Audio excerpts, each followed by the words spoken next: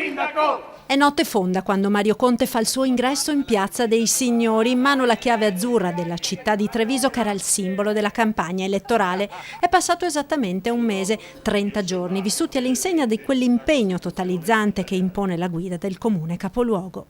Sono stati 30 giorni molto intensi perché la squadra si è insediata, quindi gli assessori hanno anche preso coscienza dello stato di fatto dei lavori, delle attività, delle iniziative già in essere e abbiamo cominciato anche a dare le prime indicazioni sulla nostra linea guida. E l'azione più incisiva, continua il sindaco, di questo primo mese di governo della città è nel campo della sicurezza, cavallo di battaglia della campagna elettorale. I cittadini che mi fermano per strada si sentono già un po' più sicuri perché vedono maggiore presenza di polizia locale, hanno visto dei blitz legati allo spaccio della droga, all'accattonaggio e hanno visto maggiori pattuglie anche nei quartieri. Di certo il lavoro che attende la nuova giunta è impegnativo e lungo anche per prendere conoscenza di tutta la macchina amministrativa del comune che il sindaco Conte vuole riorganizzare a partire proprio dalla polizia locale. Anche perché dobbiamo far fronte al blocco delle assunzioni che purtroppo fa parte di un sistema Italia che ci impedisce talvolta